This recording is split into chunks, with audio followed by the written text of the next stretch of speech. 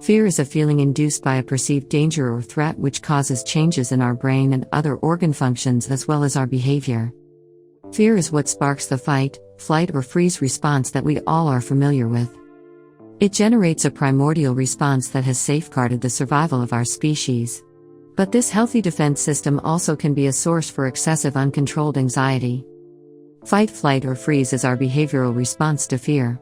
We either confront the source of danger when it occurs, run away from it, or we freeze in our tracks. Most of our fears are learned. A little girl touches a hot stove for the first time and gets hurt. She will learn not to repeat this act again. This is an example of adaptive learning. Fear is really hardwired in our brain because it allows us to survive or avoid dangerous situations. When you see a snake in the woods, the response to this threat is mobilized by your brain outside of your conscious awareness. Your eyes see the snake, then this information is rapidly transmitted to the part of the brain known as the thalamus, which then transmits this to the amygdala. This subsequently mobilizes your bodily systems and create a response. You escape the snake and don't get bitten. This is an adaptive response. Sometimes fear becomes maladaptive, having fear responses when there is not a real danger. When these responses occur repeatedly in the absence of a real danger, they start to impair our level of functioning, and that's when we start talking about anxiety disorders such as PTSD or panic disorder. There are a lot of different mental habits that characterize someone with anxiety. This is no fault of their own, just a natural primordial mechanism of survival as we talked about earlier on. So we know that people with anxiety disorders really overestimate the risk of threat.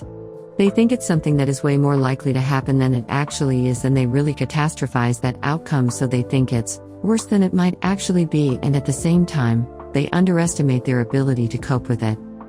We discussed earlier about the changes in the fight or flight response and that it prepares you for a physical danger. It feels like your thoughts are racing and your attention really narrows. All of these changes help you to focus on potential threats and exit strategies of how to get out of it. And again, that's very helpful if you're in an actual physical danger. But when you have these false alarms, when you're anxious about all sorts of things that have nothing to do with physical danger, that narrowing of your attention is actually not helpful.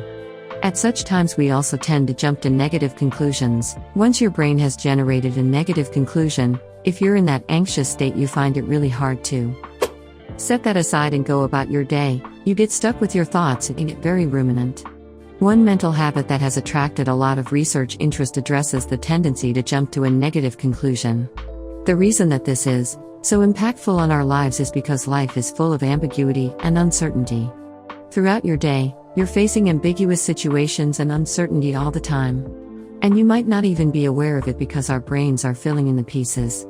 So our brains are interpreting things for us and jumping to conclusions for us very efficiently, so much so that you're not even aware you're making an interpretation, and it's trying to be helpful in this regard. But if you have a tendency to jump to negative conclusions, it's not so helpful. For example, let's say your friend has not returned your text message and it's been like a day or two. Some of us will think they must be really busy, whereas other people are going to start to wonder if their friend is upset. Another example, let's say you're having a conversation with someone and they start to yawn. Most people might assume their friend is tired. If you have social anxiety, though, you're going to start to wonder, oh my goodness, am I being boring? And then you're going to get stuck in that cycle.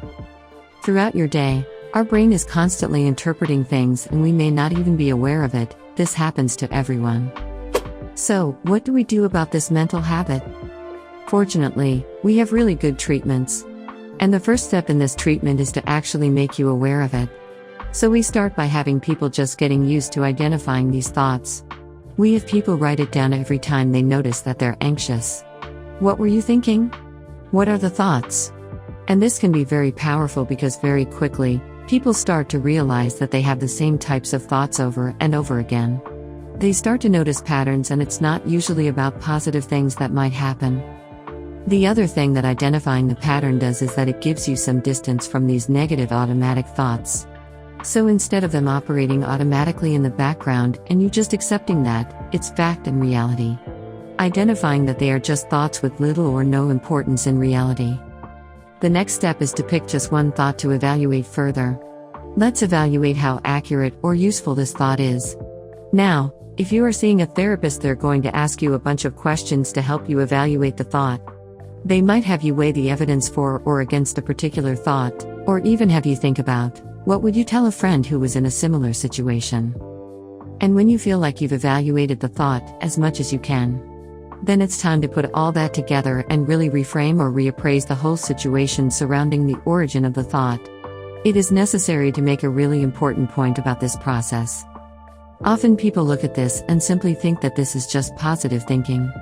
It is not. So if you find that you just need to think more positively, that's not going to be helpful either. Because just as thinking only negatively was not accurate or realistic, thinking only positively is also not accurate or realistic. The purpose of the exercise is to take a more balanced, objective, and realistic assessment of the thought. So taking the extreme out of our anxious thoughts.